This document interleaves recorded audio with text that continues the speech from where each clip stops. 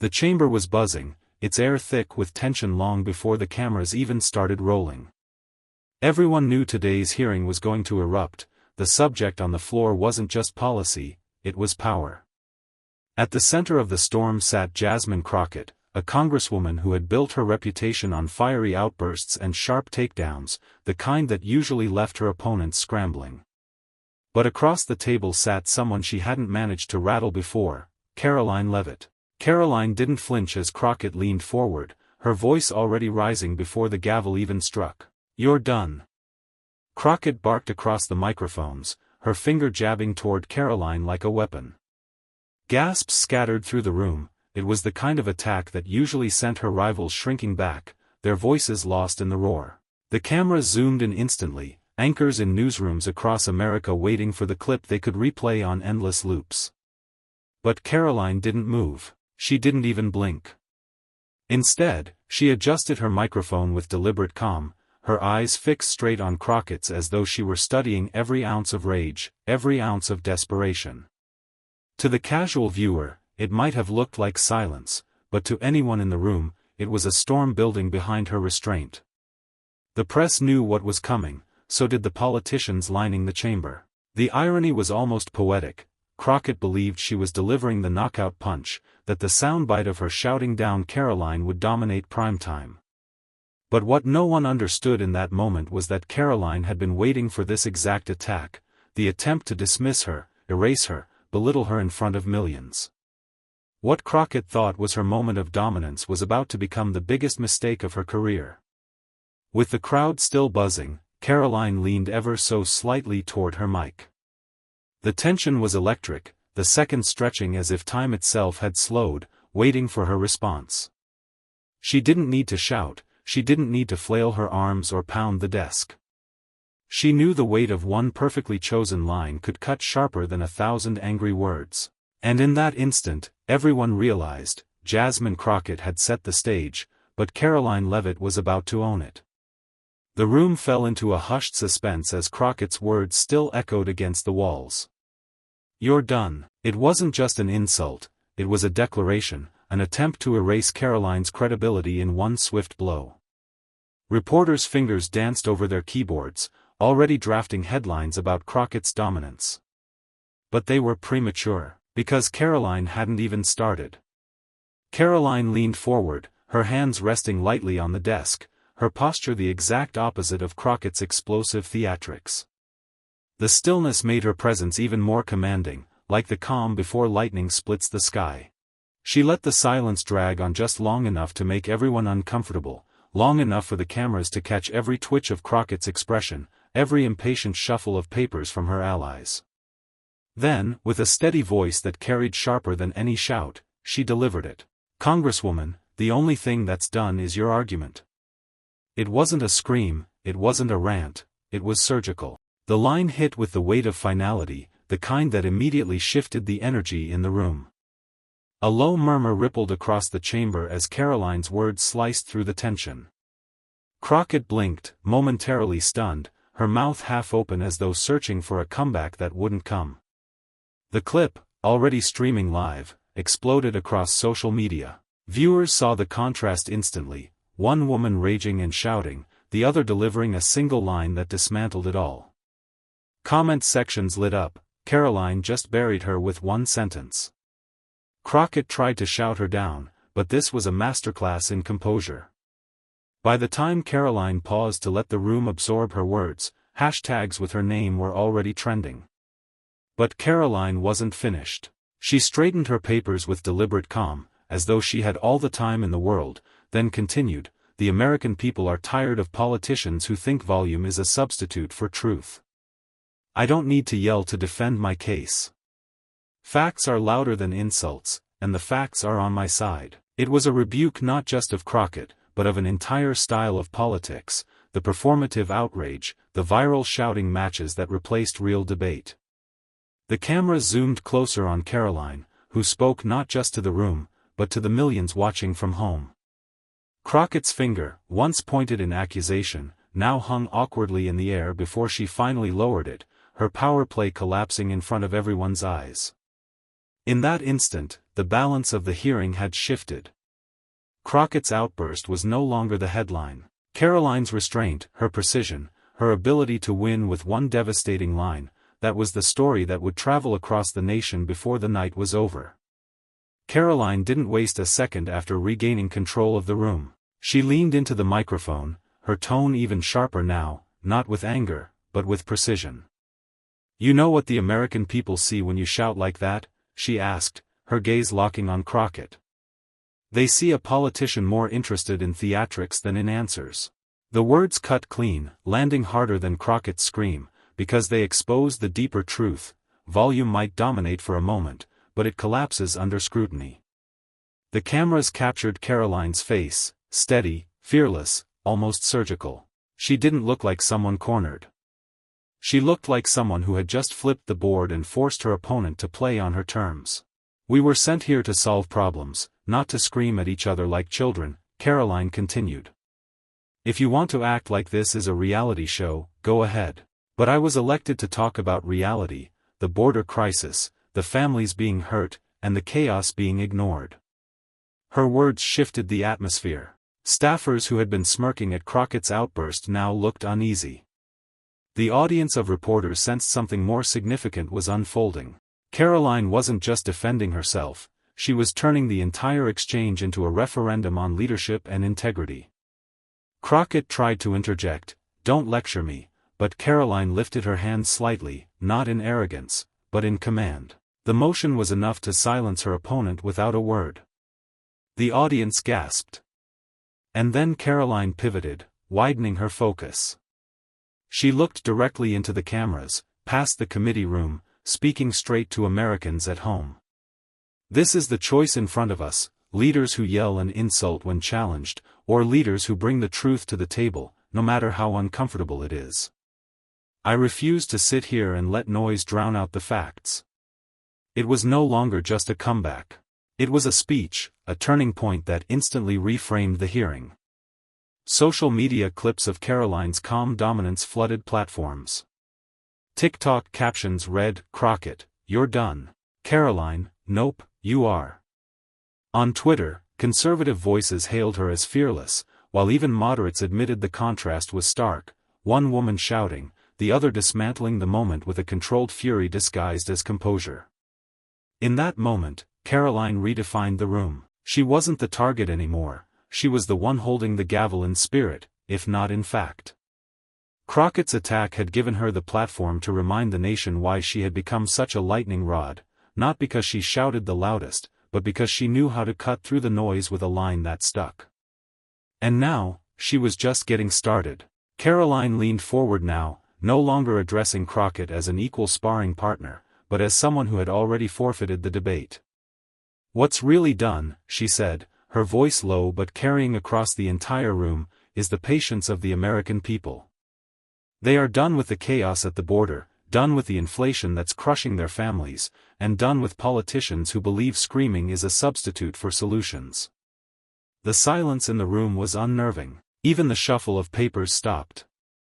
Crockett, usually quick with a retort, blinked in disbelief at how Karoline had twisted her line into a weapon against her. She had said, "You're done," with the force of a knockout blow, but now it was clear the words had backfired. Karoline took advantage of the quiet, her delivery steady, like a prosecutor making her closing argument. "Every time you yell at me, every time you shout down a colleague, you reveal the truth. You don't have the facts. You don't have the arguments. All you have is volume." She turned, gesturing toward the cameras.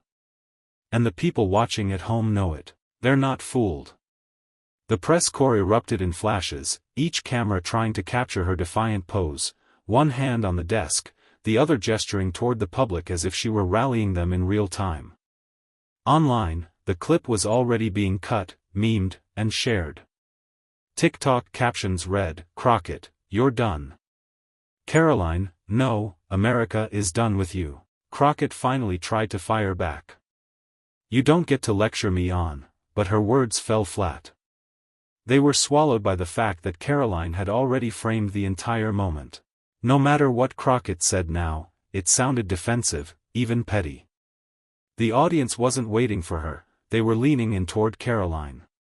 Karoline delivered her final strike for the round, raising her voice just slightly, not a scream, but a crescendo. If you think you can silence me with insults, you don't understand me at all.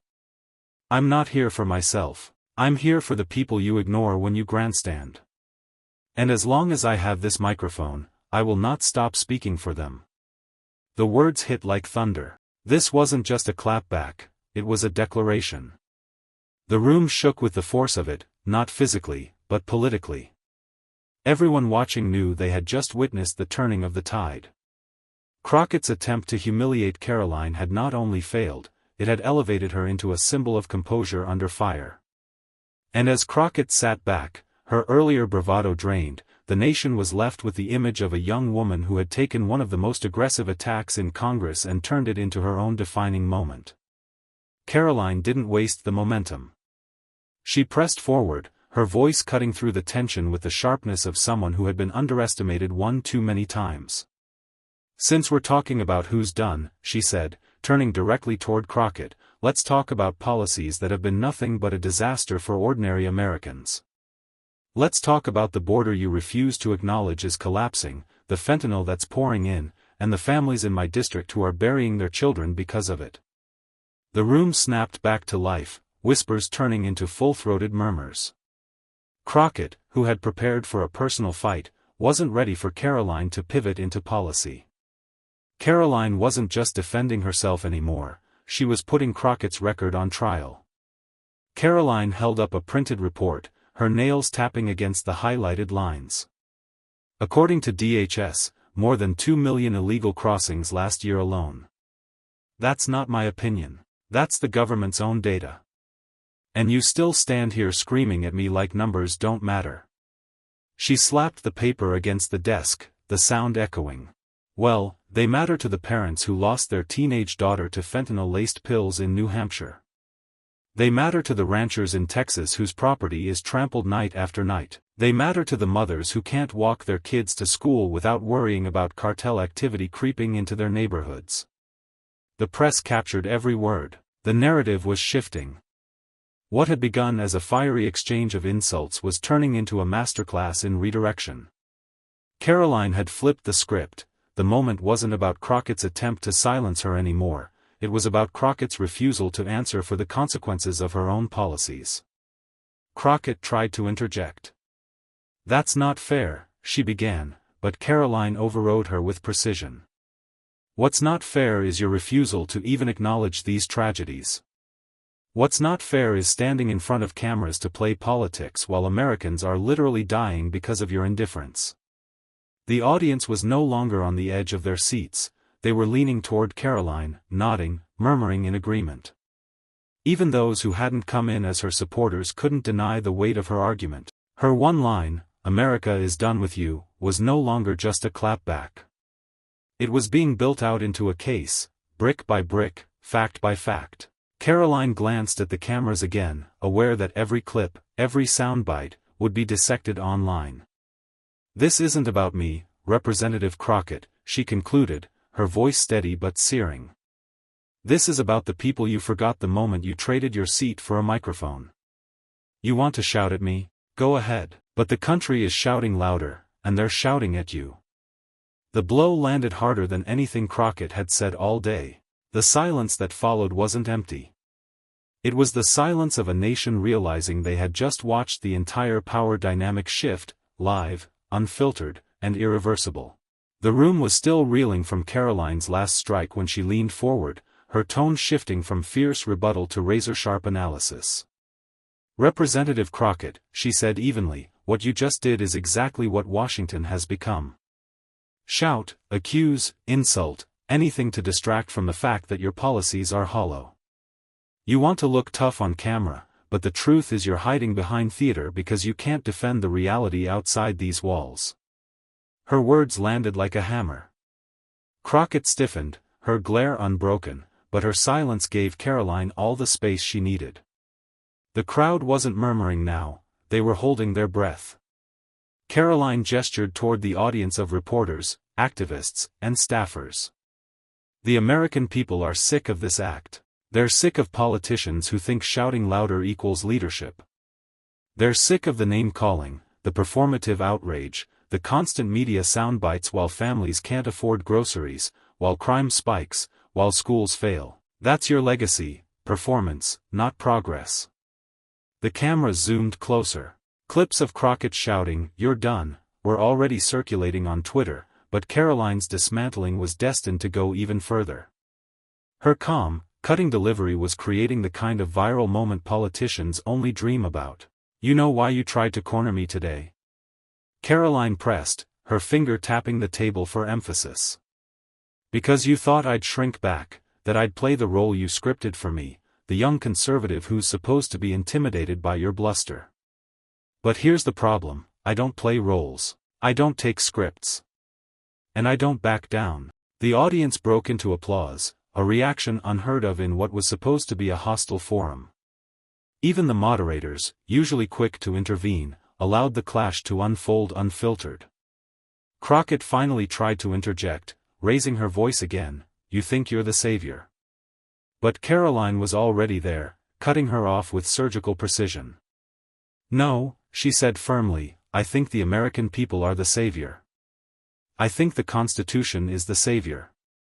And I think your career is built on pretending otherwise." The silence that followed was almost electric. Karoline had just taken Crockett's attempted ambush and reframed it as the very proof of her point, Washington's addiction to theatrics. And in that moment, it was no longer Crockett's stage, it was Karoline's. The hearing chamber was no longer just another political stage, it had turned into an arena where reputations were hanging by a thread. Karoline leaned forward, her voice cutting through the chaos with precision, while Crockett, red-faced and gripping the microphone like it was her last line of defense, tried to wrestle back control. "You think yelling, 'You're done,' ends this?" Karoline asked, each word crisp and deliberate, forcing the cameras to zoom tighter on her expression. "Congresswoman, the only thing that's done here is your credibility." Gasps rippled across the room, and suddenly every spectator, every aide, every journalist realized Karoline wasn't just fighting back, she was rewriting the terms of the exchange in real time. Crockett's eyes narrowed as she shot back, "You're nothing more than a mouthpiece for a movement that thrives on chaos." Her words came fast, but shaky, betraying that her confidence was fraying. She was hoping the insult would stick, hoping it would paint Karoline as a reckless partisan in front of millions. But Karoline didn't even blink. She let the words land, then smirked slightly, as if Crockett had just handed her a setup. The silence after Crockett's outburst felt heavier than the shouting, everyone waited for Karoline's reply, knowing she would land it. Karoline didn't raise her voice, instead, she lowered it, forcing the chamber to quiet down. "Chaos," she repeated slowly, her tone almost surgical. "Chaos is what your side created at the border, in our schools, and in the streets of American cities. And when people like me call it out, you scream louder, hoping no one notices. Well, people are noticing, and your volume won't save you tonight." The audience erupted, not in laughter or in mockery, but in a raw, electric cheer that cut through the solemnity of the chamber. Even those who tried to remain stoic were caught shifting in their seats, some even nodding as Karoline's words echoed like a verdict. For a moment, Crockett froze, her microphone still in hand but her arguments evaporating before she could shape them. She had underestimated Karoline, expecting a young conservative spokeswoman to falter under pressure. Instead, she was witnessing someone who had mastered the rhythm of confrontation, who thrived in the very storm Crockett tried to drown her with. The energy shifted entirely, the momentum belonged to Karoline now, and everyone could feel it. Crockett had shouted, "You're done," as if she could bury Karoline in the noise, but the line had backfired spectacularly, because now the cameras were showing a woman who stood taller after every attack. By the time Karoline leaned back in her chair, the smirk still on her face, the chamber wasn't Crockett's battlefield anymore, it was hers. By now, the hearing chamber was less a forum of policy and more a crucible of willpower, with Karoline standing unflinching at its center. Crockett, still holding her mic, tried desperately to regain momentum. Her voice cracked as she launched into a tirade about dangerous rhetoric and young extremists hijacking the national conversation. She was reaching, piling buzzwords like bricks in a collapsing wall, hoping to bury Karoline under the weight of accusation. But the problem was clear: every brick slid off uselessly, never landing where Crockett wanted. The audience wasn't buying it anymore. Karoline tilted her head slightly, almost amused, as Crockett went on. Then, when the room grew restless, Karoline cut in, not loudly, but firmly enough to silence every shuffle of paper and whisper in the air. "Congresswoman," she began, "it's fascinating that you think truth is dangerous. It's fascinating that a woman elected to represent the people trembles at the idea of accountability." Her voice sharpened like a blade. "The only danger here is pretending the American people can't see through you.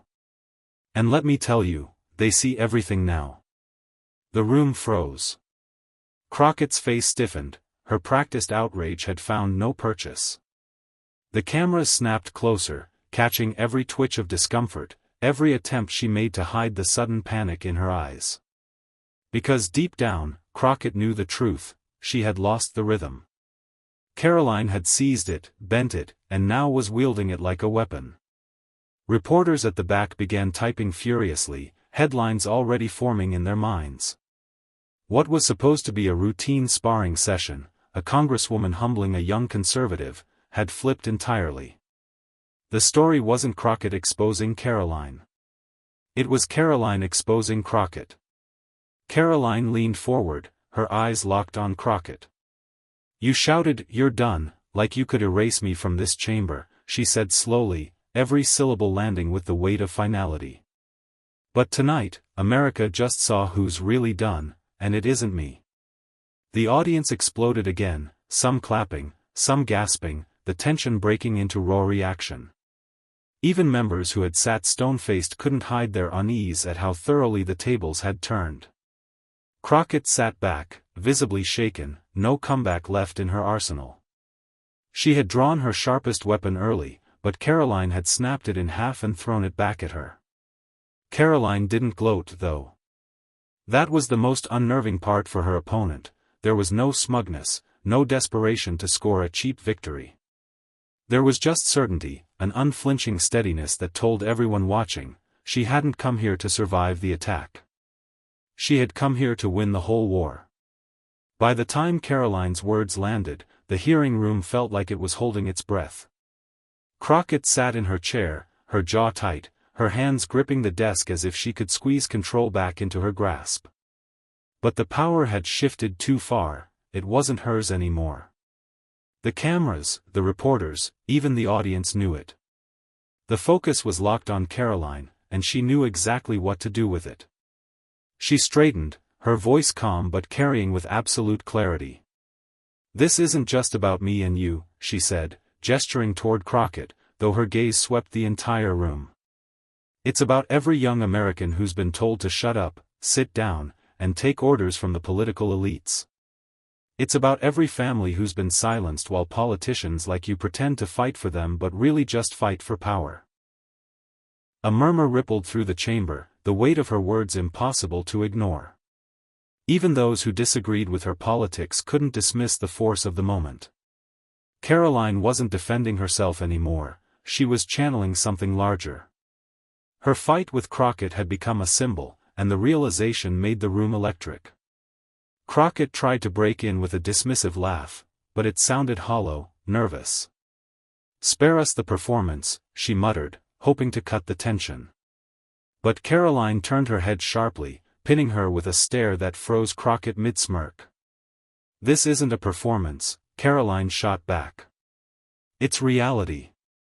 And the reality is, Congresswoman, you thought you could intimidate me, shout me down, and end my voice with 3 little words: 'You're done.' But what you didn't understand is that millions of Americans watching tonight are tired of those words being thrown at them too. You weren't just shouting at me. You were shouting at them. And I promise you this, they will answer louder than you ever imagined." The room erupted, some in applause, others stunned silent, as if they had just witnessed a historical pivot in real time. Crockett leaned back, suddenly very small against the backdrop of the chamber, her earlier bravado evaporating into awkward silence. The microphone in front of her, once her weapon, now seemed like dead weight. Karoline didn't let the silence linger. She lifted her chin, her voice firm. "You can try to declare me finished. You can shout it, you can threaten it, you can even believe it. But I'm still standing here. Stronger. Louder. Unshaken. And every young person watching tonight just learned they don't have to bow to you either." Every word echoed with defiance, and the energy in the chamber shifted completely. Karoline wasn't just countering Crockett anymore, she was declaring a movement. Reporters scrambled to capture it, sensing they weren't just covering a hearing, they were documenting a turning point. And Crockett? She sat in silence, her earlier fire extinguished.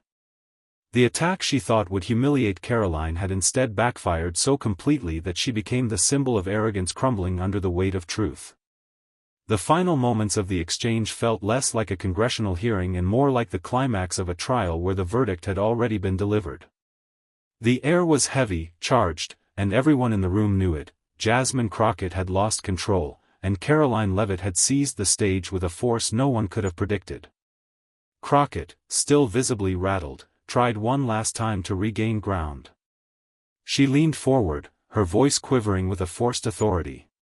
"You think this little speech of yours makes you untouchable? You're still nothing more than a mouthpiece for extremists." She spat the words out, hoping venom could mask her weakness. But Karoline didn't flinch. She stepped closer to the microphone, her posture commanding, her eyes unshakably locked on Crockett. "No," she said firmly, "I'm a voice for people you've ignored. For families crushed under your policies. For citizens tired of your theatrics. And for every young American who refuses to be told they're finished before they even begin." The declaration was like thunder. Reporters' pens scratched furiously, cameras zoomed in, desperate not to miss a single word. Karoline continued, her voice growing steadier, louder, more resolute with each sentence. "You tried to silence me with arrogance. You tried to diminish me with insults.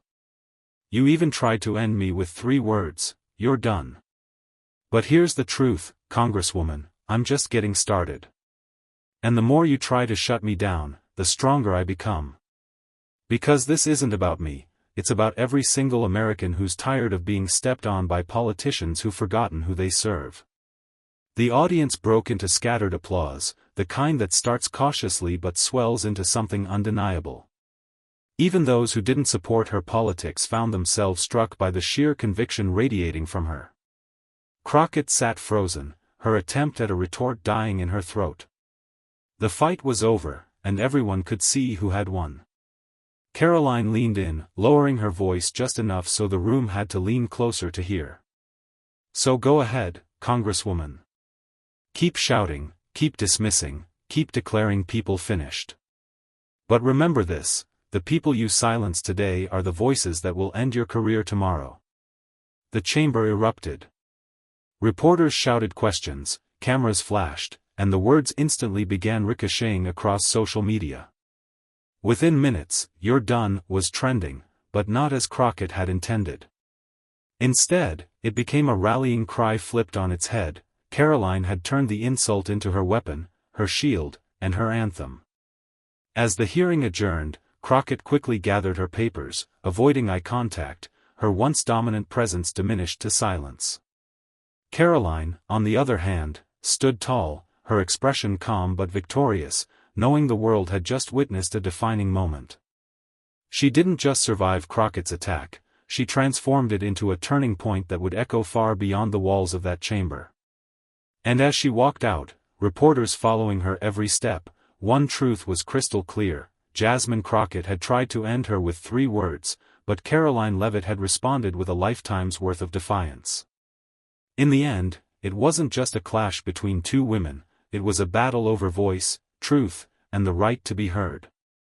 Jasmine Crockett thought she could bury Karoline Leavitt under insults, dismissals, and the thunder of "You're done."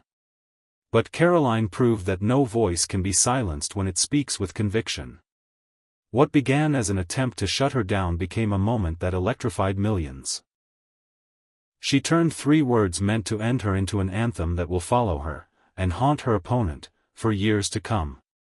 This was more than politics. It was a reminder to every American watching, no matter who tries to corner you, no matter who tells you that you're finished, your fight, your faith, and your truth can turn the tables in a heartbeat. Jasmine said, "You're done." Karoline answered, "I'm just getting started." And in that instant, the nation saw the future.